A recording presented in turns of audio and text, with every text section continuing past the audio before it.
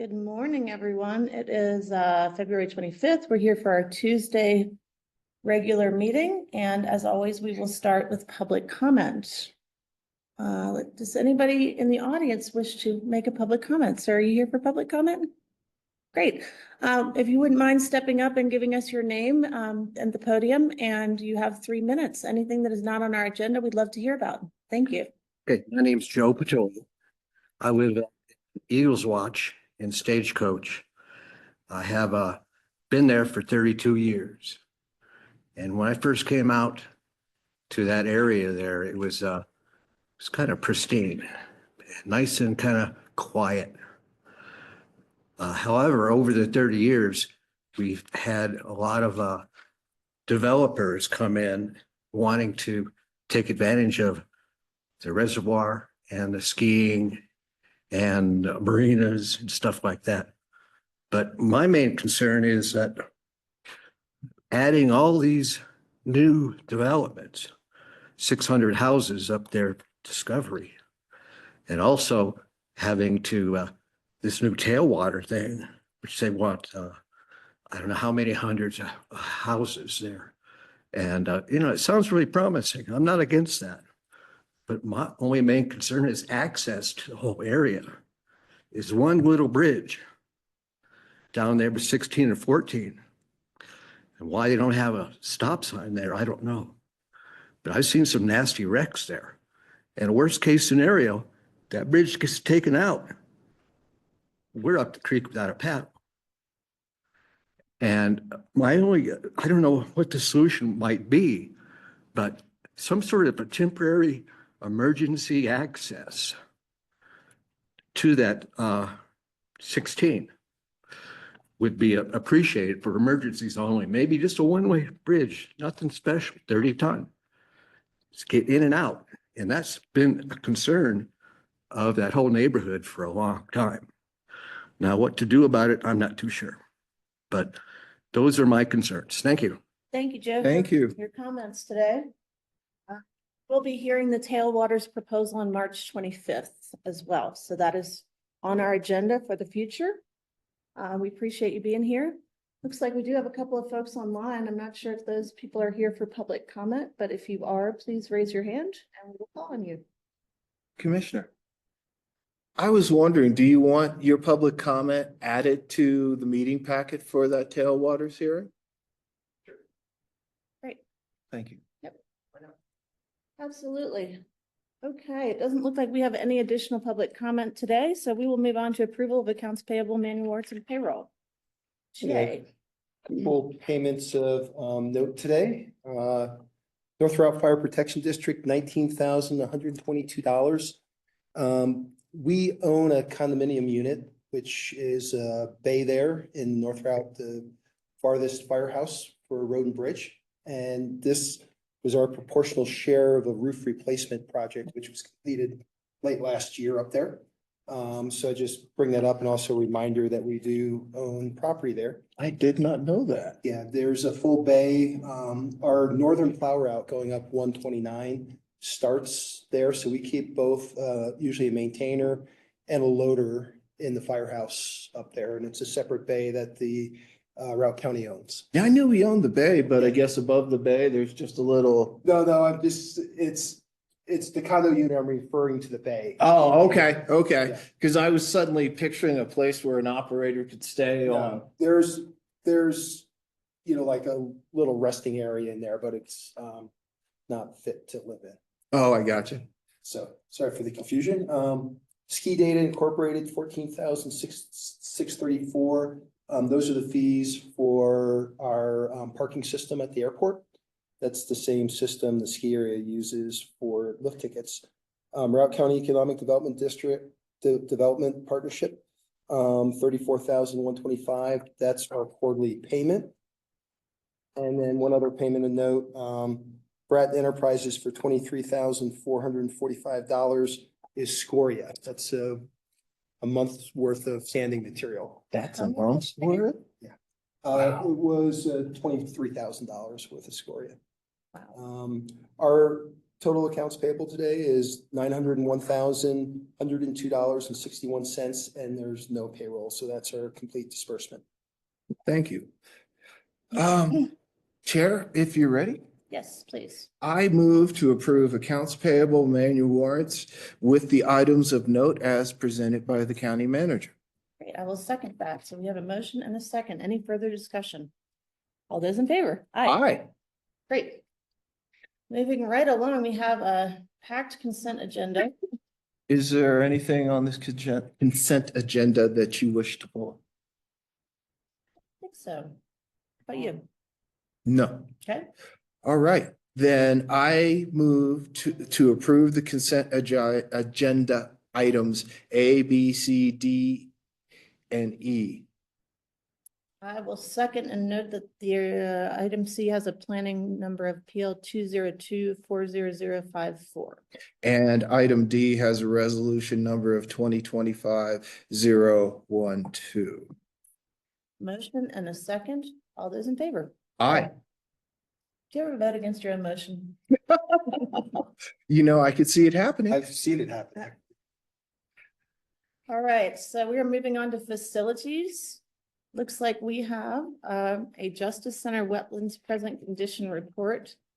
Linnea, Joe, and Sean. No, Sean's out of here. Sean. Linnea and Joe are here to talk to us about that. Good morning.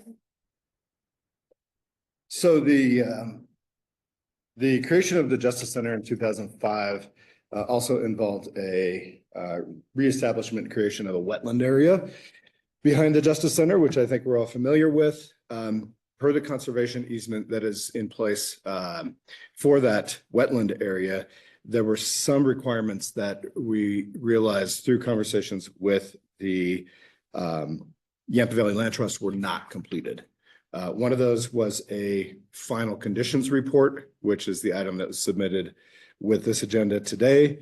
And the second is a final survey to complete the legally defined boundary of that existing wetland. So the Yampa Valley Land Trust took it upon themselves to have that condition report completed, and they paid for that report.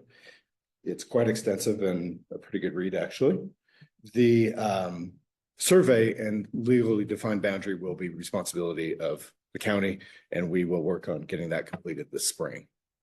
So what we are here to seek today is approval and the chair's signature on the present condition report to acknowledge the condition of the wetland.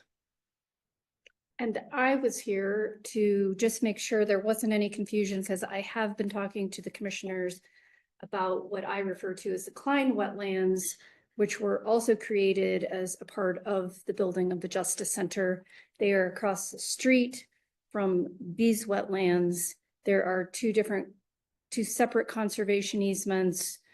And so while certainly the same project, they are two separate wetlands, and this is only the Justice Center wetlands. Who knew wetlands could be so intricate? Oh, I could tell you all about it. I tell you, in a previous life, I did quite a bit of work with that. So can you remind me why now? This has been a long time. The Justice Center was. That's a good question. So I believe that the answer to that is, as you know, the Yampa Valley Land Trust was converted into an LLC. The sole member of that LLC is Cattlemen's Colorado Agricultural Land Trust. And so basically Cattlemen's took over this as well as other conservation easements. And they are going through the process of making sure that their documentation is all in order. And there was documentation that was not in order in this particular case. So they're trying to get their ducks in a row, and it's appreciated because that makes sure our ducks are also in a row. So another question just about what you noted in the communications form here, that the mitigation work has not been done. So when is that going to be done? If it says it has not been done, that's an error in typing. The mitigation actually has been completed. We've received the letter from the Army Corps of Engineers, actually in due course. Like there was a 5-year reporting requirement under that Army Corps permit. That those 5 years of reports were submitted. At the end of that, the Corps submitted their letter saying, yes, you've met your requirements.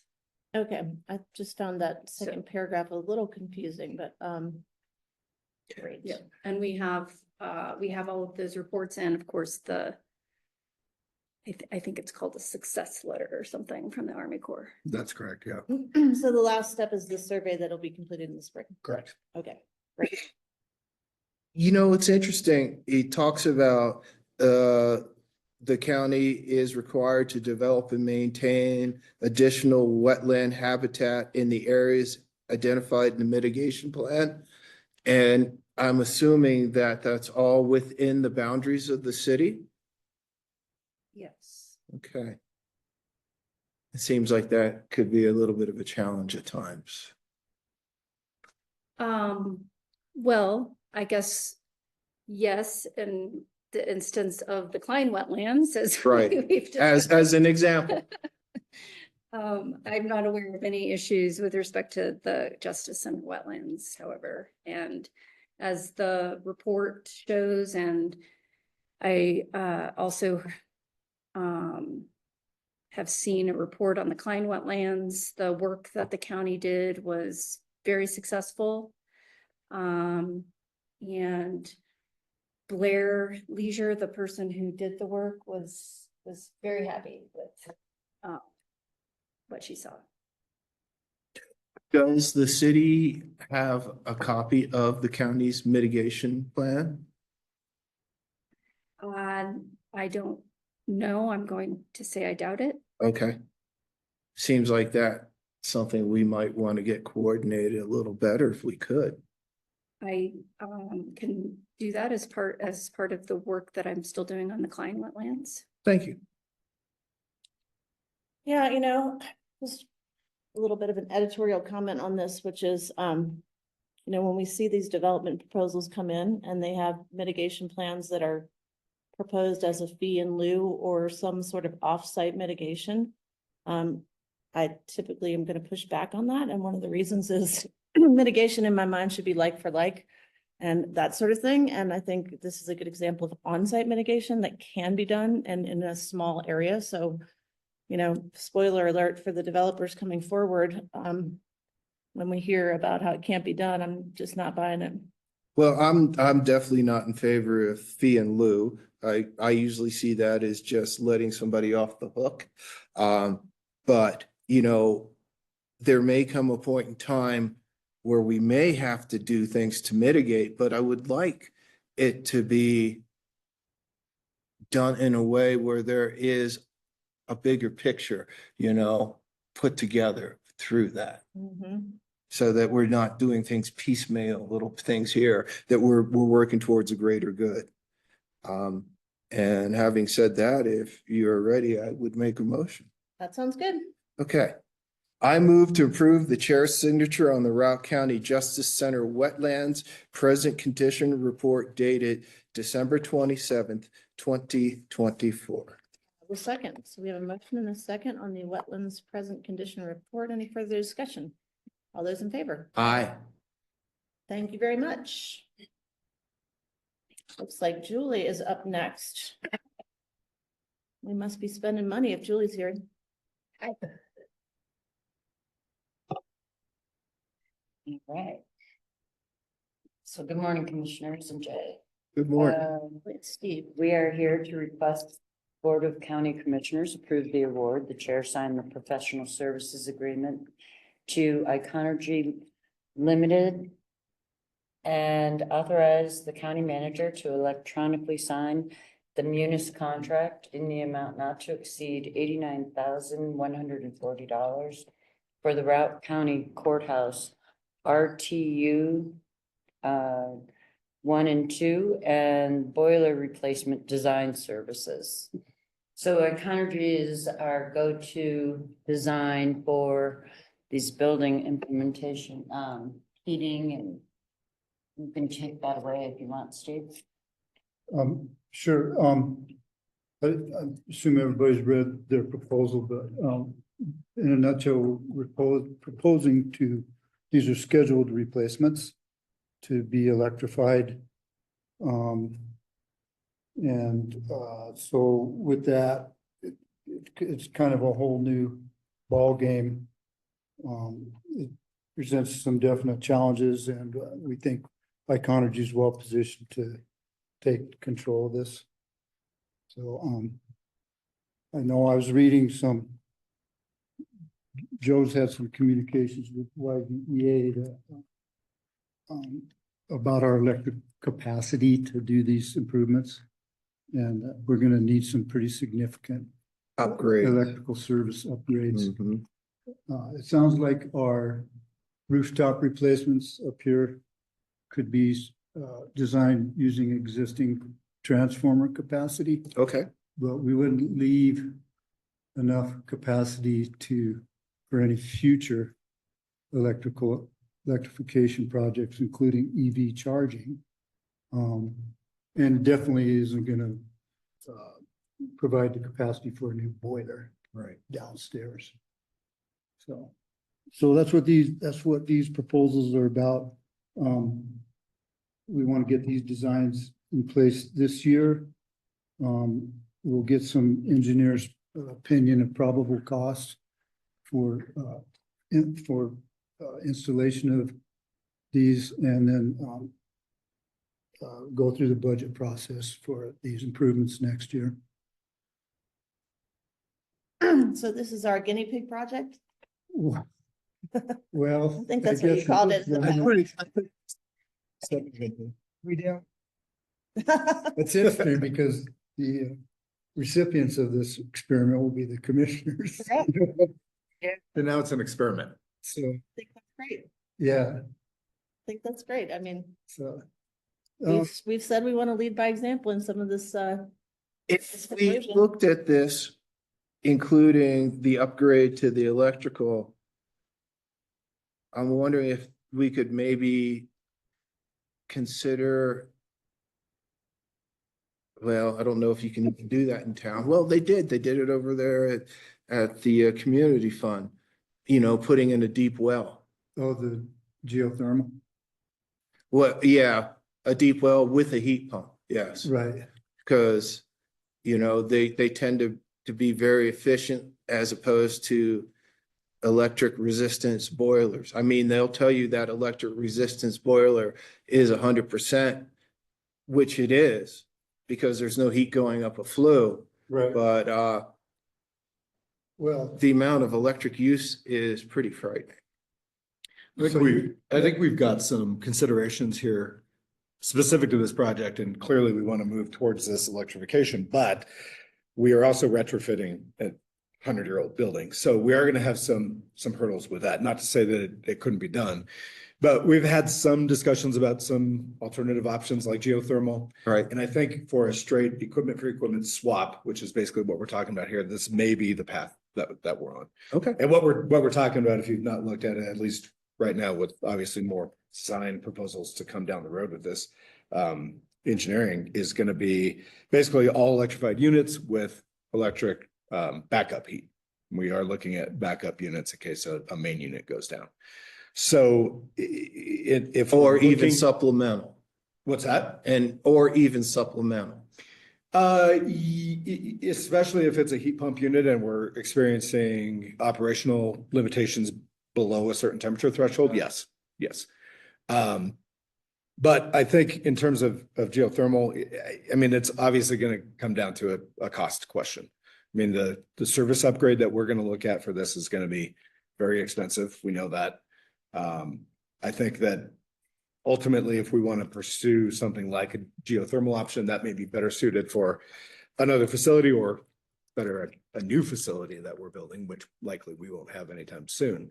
So it's something that we could look at, but I think, one consideration here is going to be the fact that we are working with an existing building and existing equipment that we're replacing here. Yes, I do understand the limitations of that. All right, Another option for backup heat would be gas fired backup. And Iconergy have included, which we didn't take, a deductive alternate to design gas fired backup heat. So we would be on heat pumps down to 10, 20 degrees. And then yeah, the switching Azader errors. after that would require backup heat, which would be electric resistance or gas or some other form. So Well, I love that in the communication form, you've noted that you're going to be looking at the life cycle cost of gas versus electric heat and the emissions reduction question. I think that people frequently don't consider the life cycle cost, and so it's really good that we're looking at that. And yeah, these are mostly operational life cycle costs.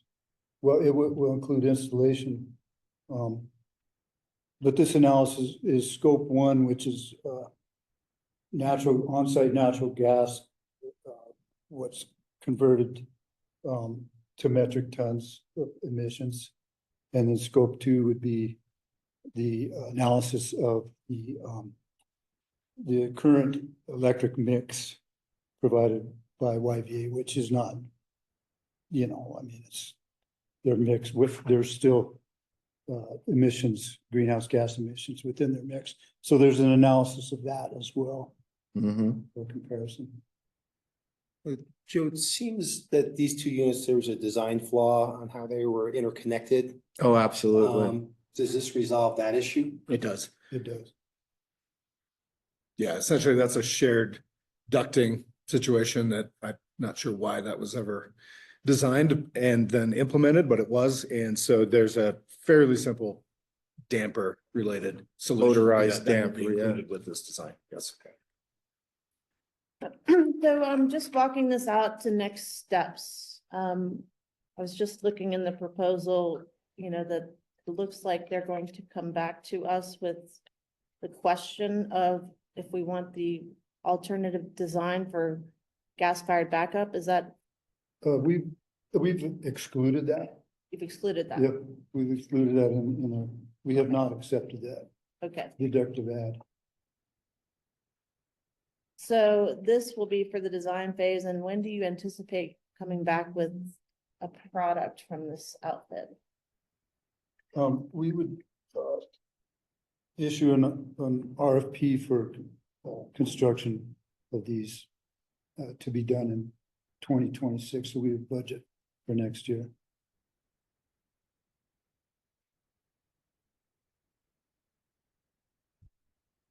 Great. So it doesn't look like we're going to be doing a new heat loss on this building then? No, we talked about that a few times. And I think based on Eric's comments, he's pretty secure with what we're looking at as far as existing load calcs for the building.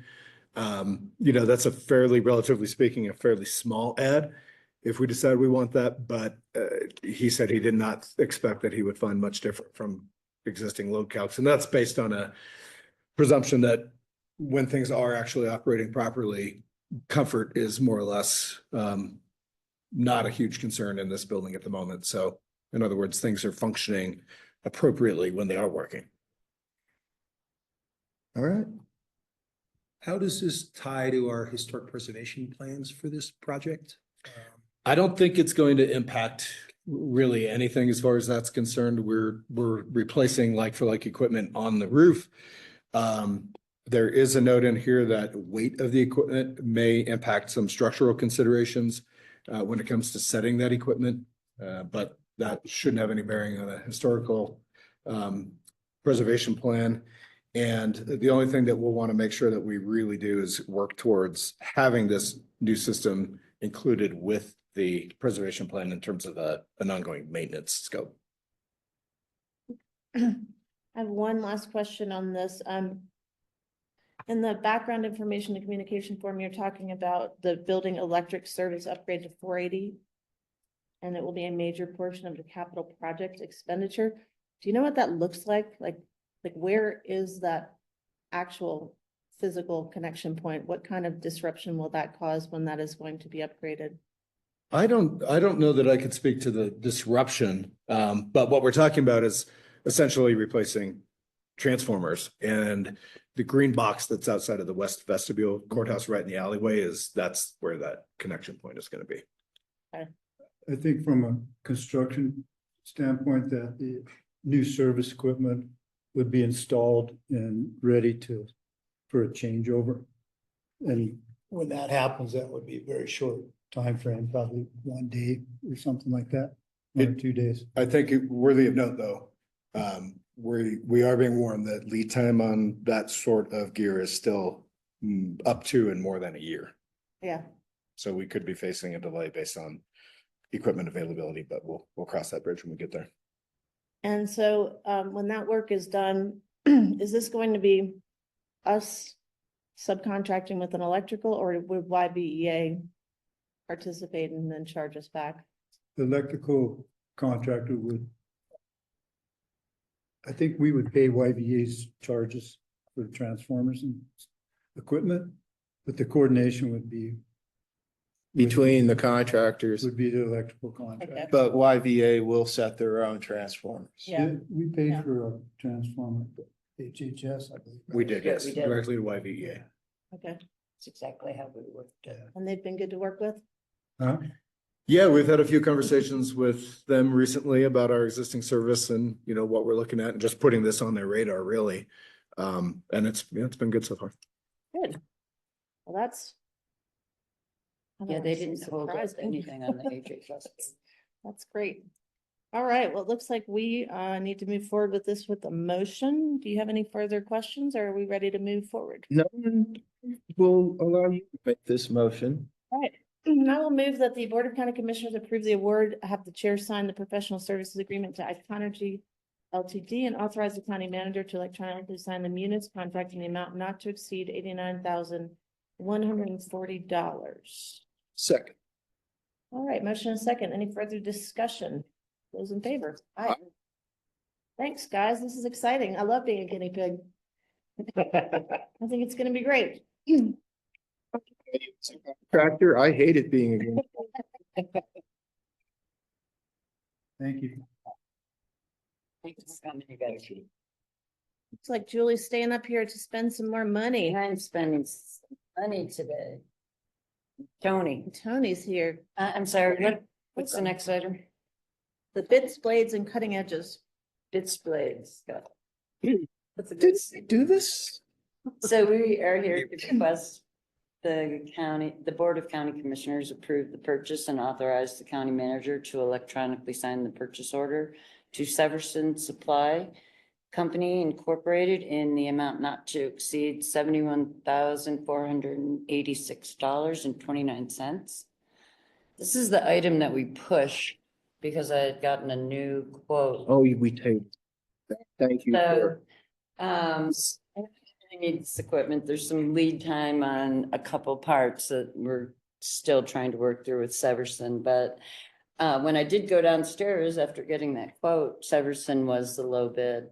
So, and we worked with Severson very much, so. Yes. This is budgeted at 75,000 and the original quote that we sent out, we had more parts and Road and Bridge did a good job of bringing it under budget by changing the amounts of parts we were buying. So we feel confident that we'll be able to get through the winter and the summer. You do feel confident you're gonna have what you need, though. Like I say, I mean, it's weather dependent. I mean, one way or the other, we'll figure it out, but the supply is quite low.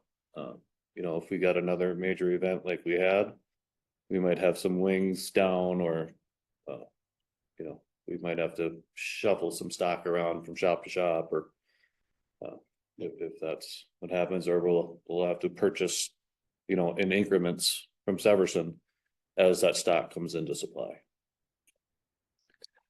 Question, would it be worth our while to maybe do a supplemental to make sure they're covered? Well, Mike, that would be up to Mike Morty. Okay, And see, I guess my question is, if we wound up into that situation of piecemealing it, is it gonna cost us more money? Severson will, I don't think so. they No. would hold their, Okay, I mean, Thank you. The cost will still be the same. They just they like, didn't increase their costs because we were buying less. They Yeah. held their prices. good to know. Well, this one looks pretty straightforward, considering it's under budget and necessary. Necessary, very That necessary. we have any alternative other than to move forward with this, correct? Oh, I was prepared to move forward. I just wanted to make sure that the needs were adequately taken care of. You know, sometimes certain of our departments will sacrifice themselves so that they look good in our eyes. Well, we have Mike on Zoom if you do have any specific questions for him. Well, you know, I would say if he was on Zoom and he felt strongly, he would have unmuted and said something. There you go. So if you are ready, Ready for a motion. I move the Board of County Commissioners to approve the purchase and authorize the county manager to electronically sign the purchase order to Severson Supply Company, Inc. in the amount not to exceed $71,486.29. Second. So we have a motion and a second. Who's in favor? Aye. Great, thank you very much. thank you. Bottom dump What do we got? trailers. Oh. Yeah, we got the bottom dump next. Hey. Gotta stick around, Tony.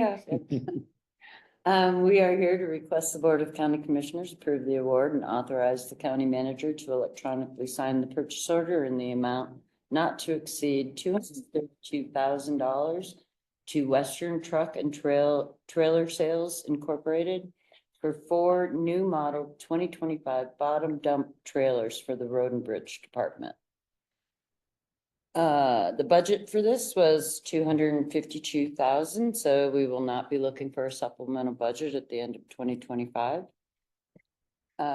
We went out for bid and received 11 bids, and Western Truck and Trailers was what the shop and Road and Bridge got together, and it's the best to meet the specs that we put out to bid.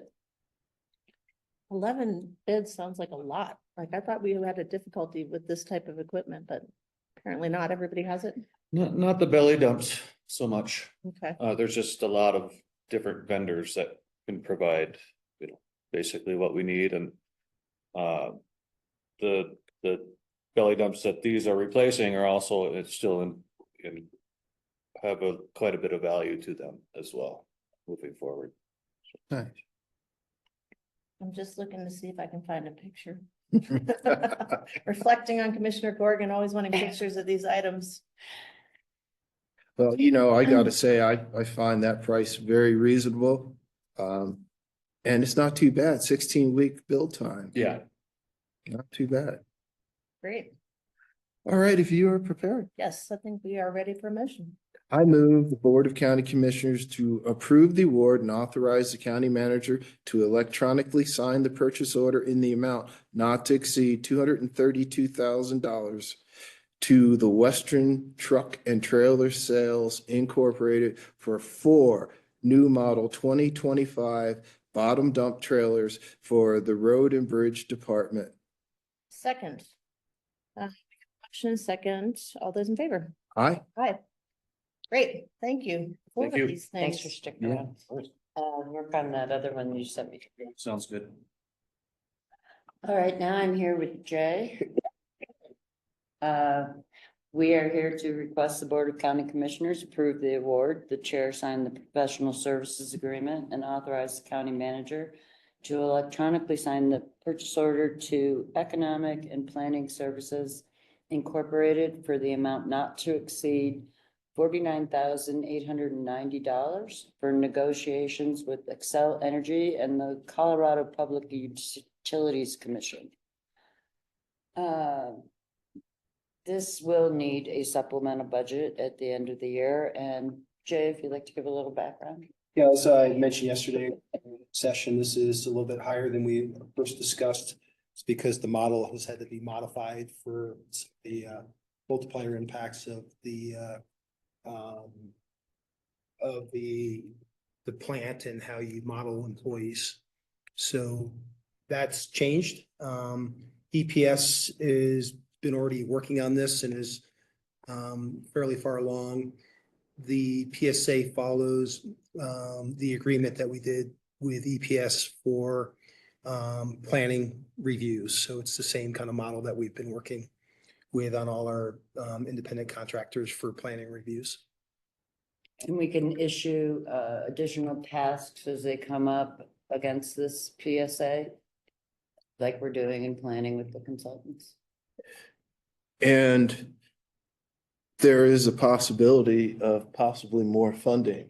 Yeah, Commissioner Redmond will check with Wade Buchanan on OGT to see whether they're willing to participate at a higher level than what they have already for the attorneys. So we'll, in the ideal world, we'd offset either half of this or end up with more funding for the. We have not proposed a cost share on this with our other partners because it seemed logical for us to both drive this study and cover the costs. And remind me, did we budget for this at all? No. Okay. And in the scope of work that they are proposing, I don't necessarily see a schedule or time frame. So just to recap, this work is already underway.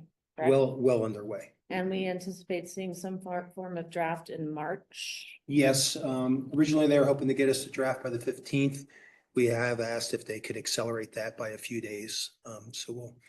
A lot of their timing right now is dependent on the PUC Excel discovery process because some of the data they need will be coming out of discovery. So they're trying to get things up to that point where then they can dump in discovery info into the model. Once they Yes. get it. Yes. Right. All right. Well, we've definitely talked about this one quite a bit, and I do appreciate Commissioner Redmond, your willingness to talk to OJT and see if they'd be interested in helping us offset these costs. I think they're obviously a strong partner in this. And as I mentioned yesterday, I had a good meeting with them last week in Denver. So hopefully they will come forward and give us a hand with this. They did leave the door open. I would request to have a conversation with the county manager because there's two options of how we would use this money to see what would be best for the county before I would reach out and make any requests. Yeah, I think that's fair. I mean, basically our hard costs are the legal fees and then this study, right? So it's two items and we can talk about whether or not they want to fund all of the legal or part of the legal and some of this. Sounds good. All righty. All right, well then, if you're ready. Sure. I move the Board of County Commissioners to approve the award, chair sign the professional services agreement, authorize the county manager to electronically sign the PO to Economic and Planning Services Incorporated for an amount not to exceed $49,890 for negotiations with Xcel Energy and the Colorado Public Utilities Commission, PUC. I will second that motion, noting that we do anticipate a supplemental will be needed. Friendly accept. All right, any further discussion on this? All those in favor? Aye. Aye. Thank you very Thanks, much. Julie. I feel like we haven't seen much of Julie this year. We haven't been spending enough money. Oh, we spend enough money. We have a couple. I think we have a few minutes before it looks like Jim's online, but I can sign these real quick. That'd be great. Yeah, we have maintainers coming up shortly, so 3 of them. You what? Motor graders coming up with 3 of them. Yeah, they cost a little money. Got a service truck. I just got this confirmation from RB. Oh, we don't have a service truck, do we? Everybody. Oh, we do. Yeah, Oh, yeah. Okay. I had one 7 years ago. Cheaper than calling Wagner. Right, we're a little ahead of schedule and I'm guessing that we don't anticipate a big group of public coming to this. I think we have Meeting both today. communications and accounting here, so I think we're in good shape. All right, great. So it looks like we have a capital item, and Jim, are you going to be presenting on this today? Yes, ma'am. I'll be presenting along with Chris Williams, our emergency equipment technician, in reference to the request to purchase this monopole. Great. Feel free to fill us in then what we're looking at here. Monopole, I was wondering if that was the pronunciation. Thanks. Yeah, so we had this in the budget a couple years ago, but it was a standalone item and it was denied at the time. We were able to get another option to purchase this. What this is a 120-foot monopole, so it's for a radio tower. And one of our plans in the extremely near future is to increase the communications capability in the Stagecoach area. And if for some reason that didn't work out, then we also were going to look at increasing the communications capability at the airport for Unicom. And what this monopole tower is a company that we work with offered it to us prior to this. It turns out they still had it. Another county showed interest in it, but this company wanted to give us the first opportunity to purchase it before they let it go. The $18,000 price for a 120-foot monopole is quite a discount of what it would normally cost. A brand new monopole of this size and this capability would run closer to $100,000. So it is a large saving. We would have to store it for a short amount of time until we could put more study into where we would want to put a tower in the Stagecoach area, which is our primary capability. Chris will talk to that in a little bit. It's easy to store. It's in 3 pieces as far as I am aware of. And then that would give us the ability to put our VHF system on it as well as the state's 800 megahertz system. And we currently have a budget line item for a VHF replacement project that has come in quite a bit under budget. And that's where some of this excess funds could be utilized. So we're hoping to purchase this in the event that we're going to use it relatively quickly. And we're trying to just be fiscally responsible by saving quite a bit of money on the pole. Yeah, that does seem like a very good savings. Question for you, Jay. Is this coming before us because we need a supplemental? It's a combination of a supplemental and the fact that you denied it in the budget process a year and a half ago, and I felt it was prudent to have a further discussion because it was something which had a fair amount of discussion in the budget process. So I guess it was a year and a half ago, Jim, that we had that discussion, almost 2. Yeah, it's getting closer to 2 years ago that we had that discussion. But as we're moving forward, bless you, as we're moving forward with more of our communications capabilities and trying to make the system more robust and the growth out in Stagecoach. In fact, we've got some dead areas out there, which again, Crystal can refer to if you need any of those questions answered. This just became a little more upfront as far as what we believe our purpose is to make sure that we can just have that communications capability for all our first responders throughout the county. Yeah, Chris, is there anything you'd like to add to this? I'm sort of vaguely recalling the discussion from a couple years back, and one of the questions I would have is, where do we put this item in the Stagecoach area? Do we have a place, a leased property, or what's the siting of this? That's a question for Jim and Chris, but I don't believe we have a existing location. It'd probably be in conjunction with one of the utilities out there. Correct, Jim?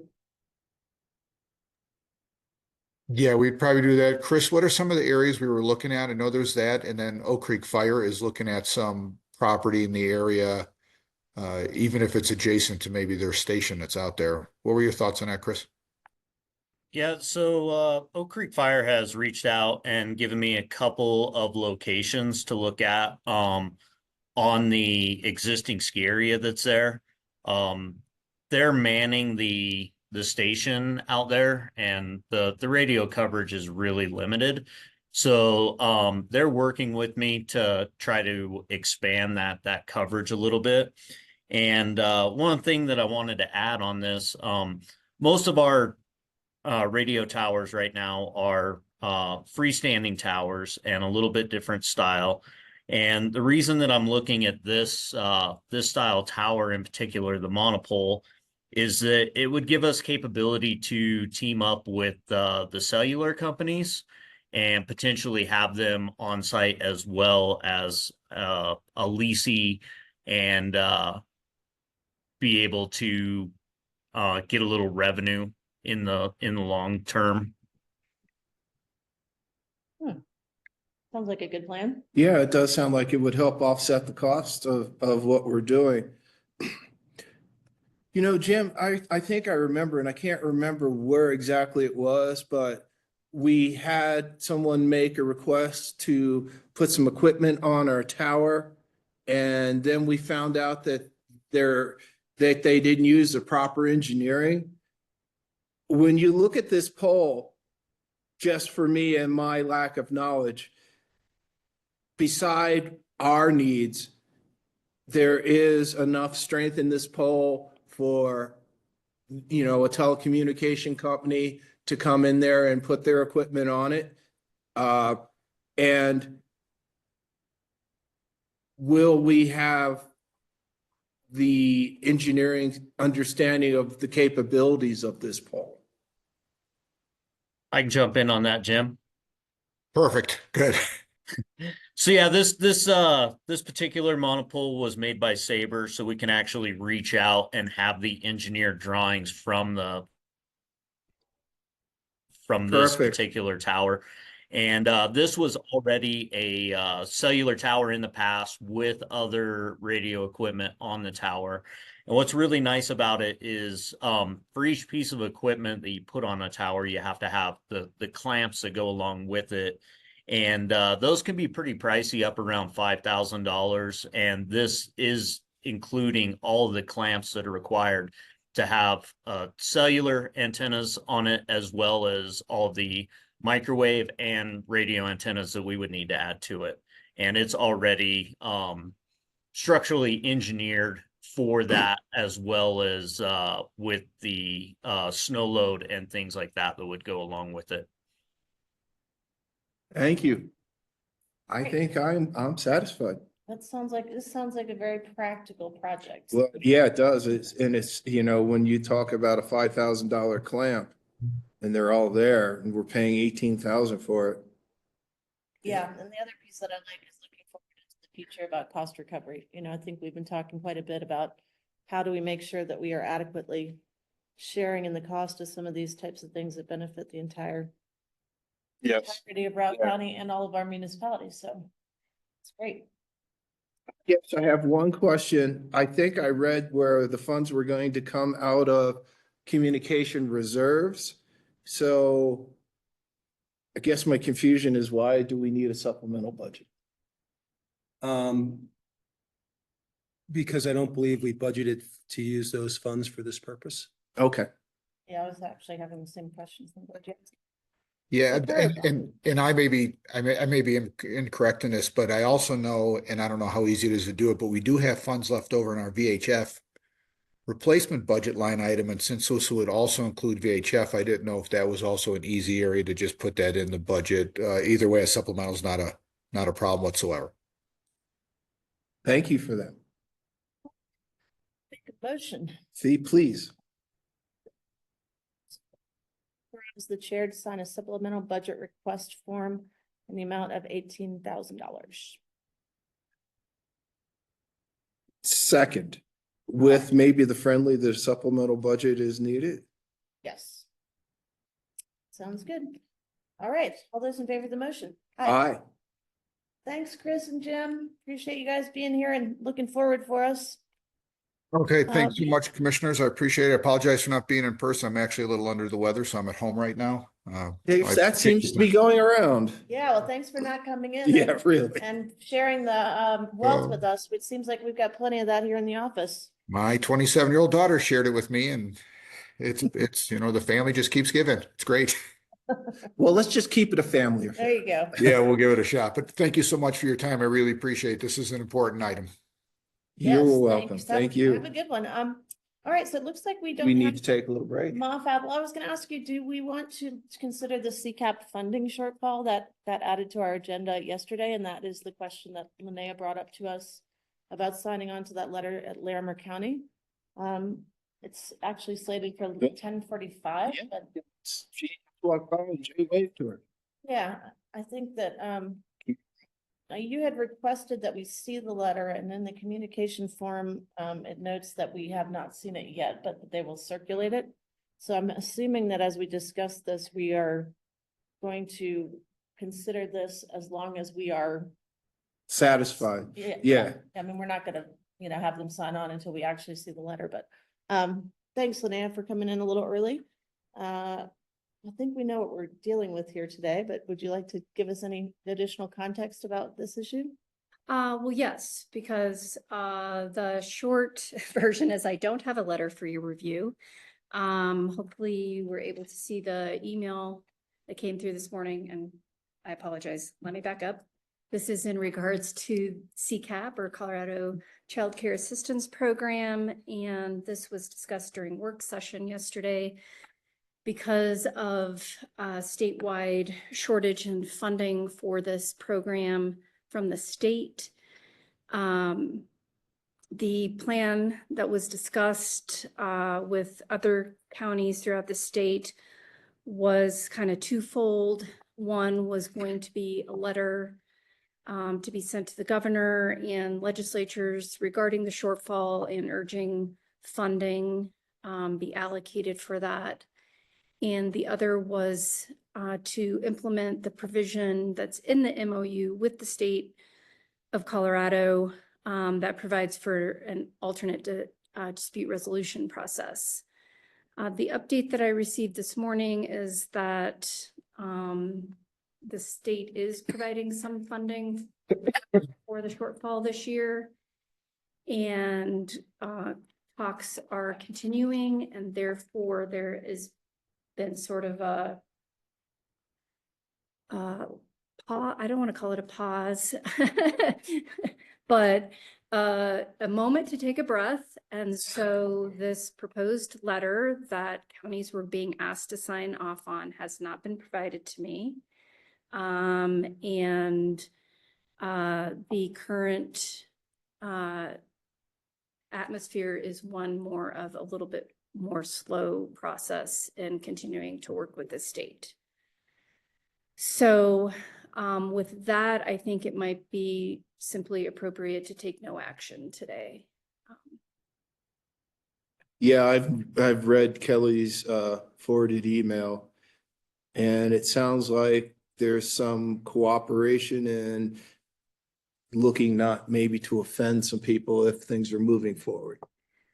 Yeah, and my comment back to the attorney in Larimer County was that my hope is that this, there is still some momentum going and that a long-term solution is reached. And then I would note, I also received Commissioner Macy's forwarding of a meeting happening on Thursday. I think that's to help some of us that need help understanding the actual financing of these programs.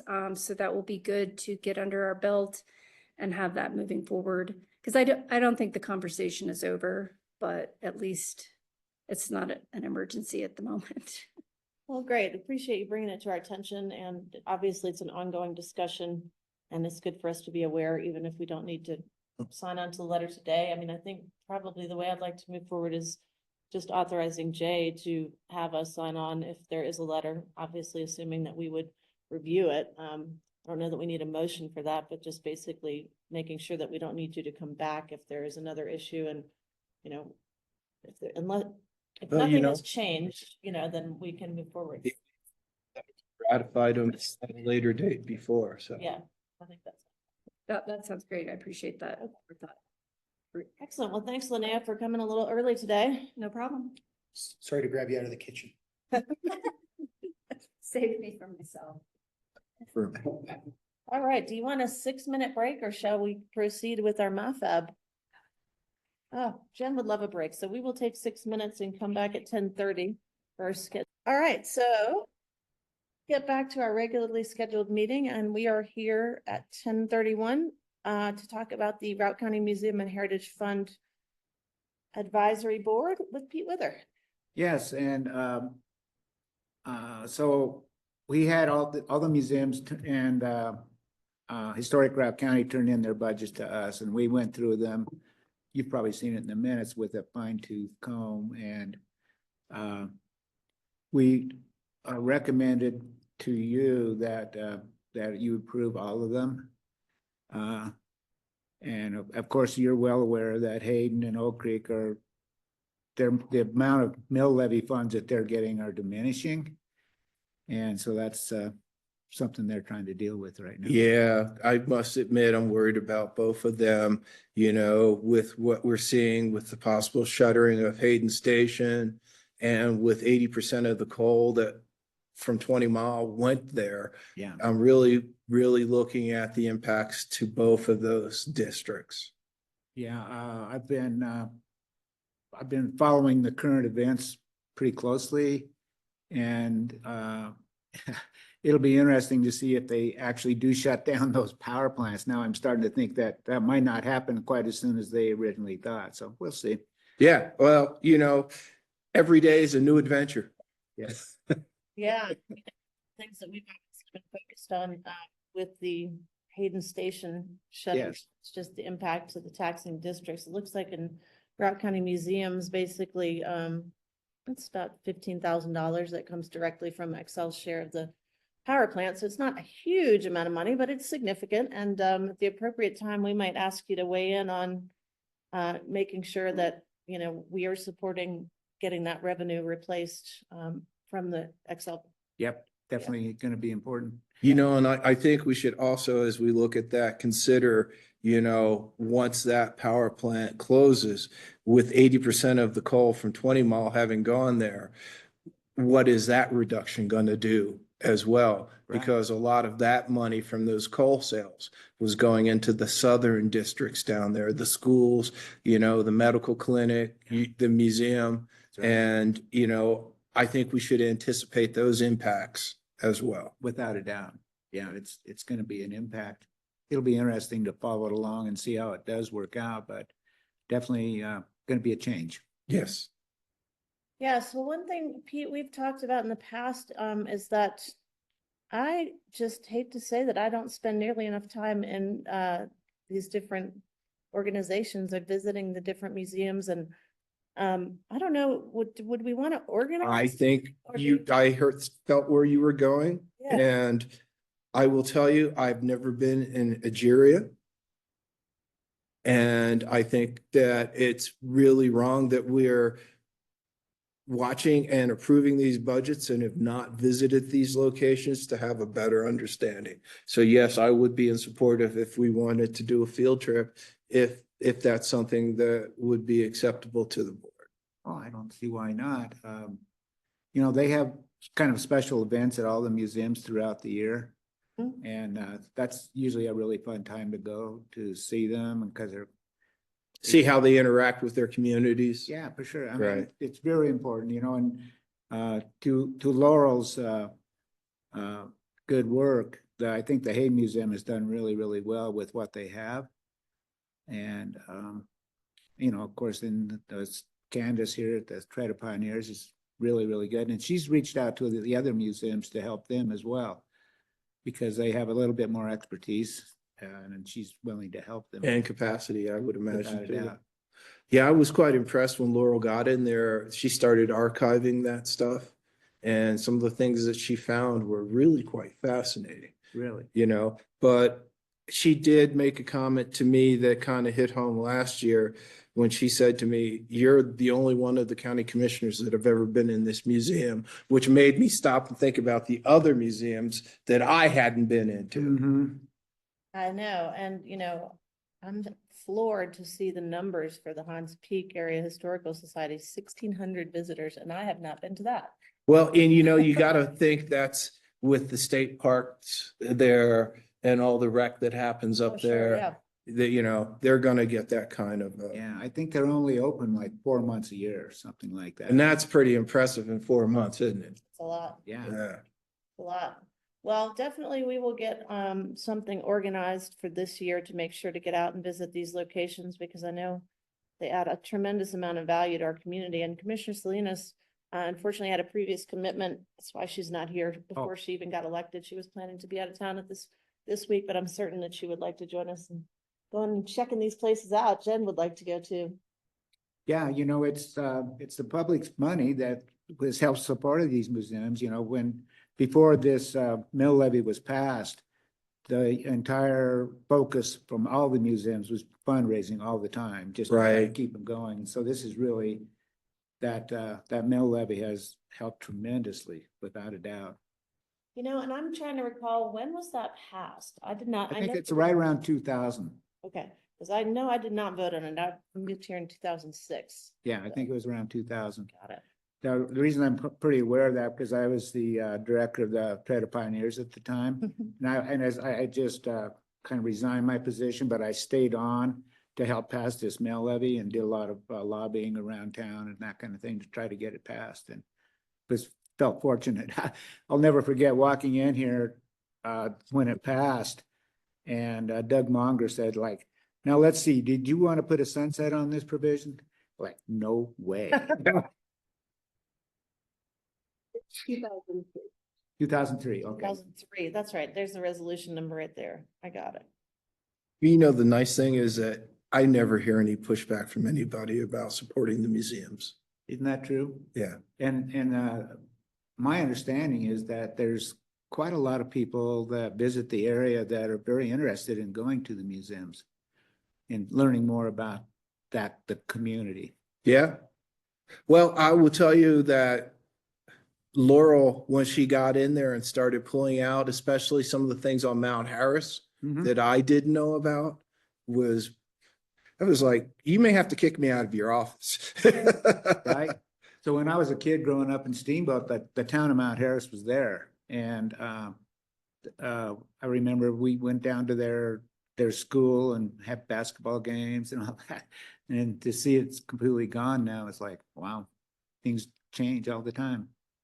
It was very interesting for me and Hayden. There were still some people that had gone to the high school out there I believe before it had moved, you know. Yeah. Bobby Robinson Sr. used to tell me stories about, you know, barn dances. And even though at that time it was somewhat of a segregated community, I mean, people lived in their little enclaves. When they had their dances, everybody danced with each other. So Yeah. I really kind of got a kick out of that.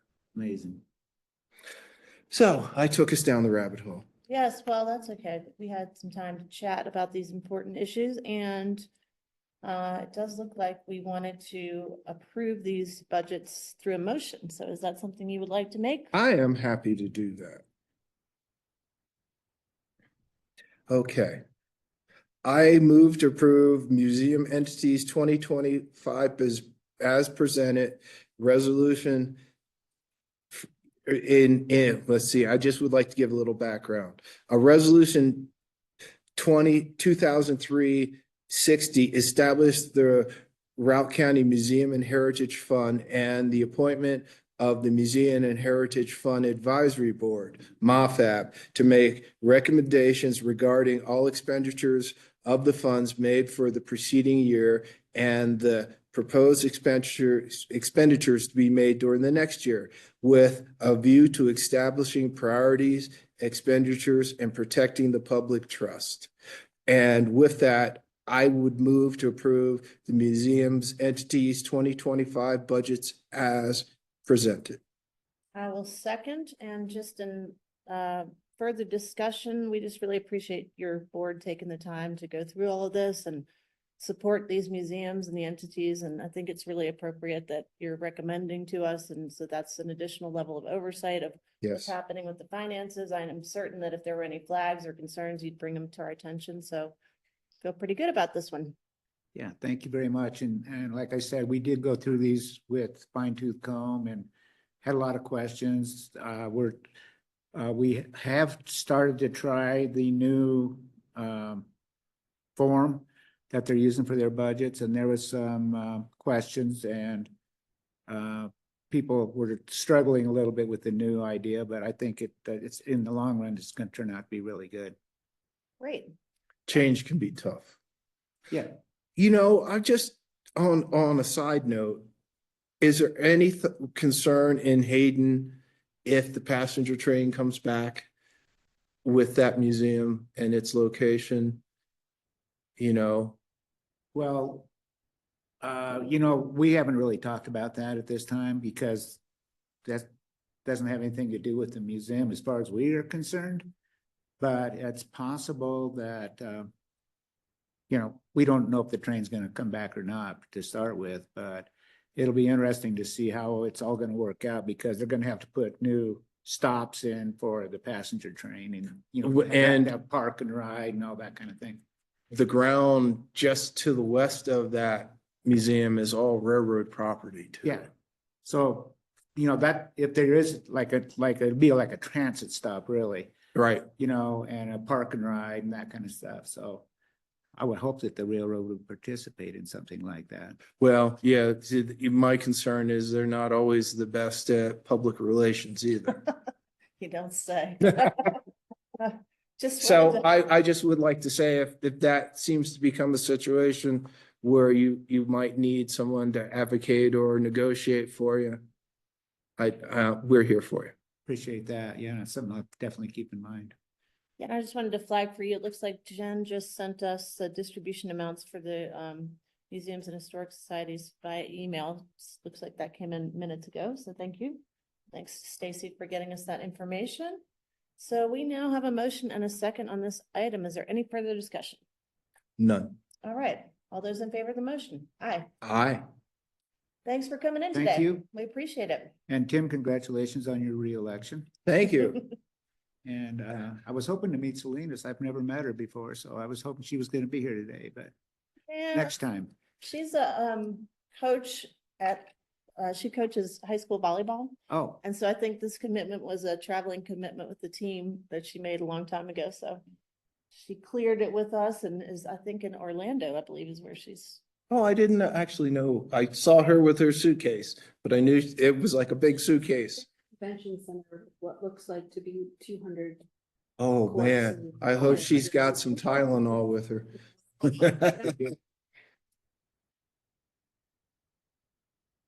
Thing. Nothing. I'm good. okay. Thank you. Thank you.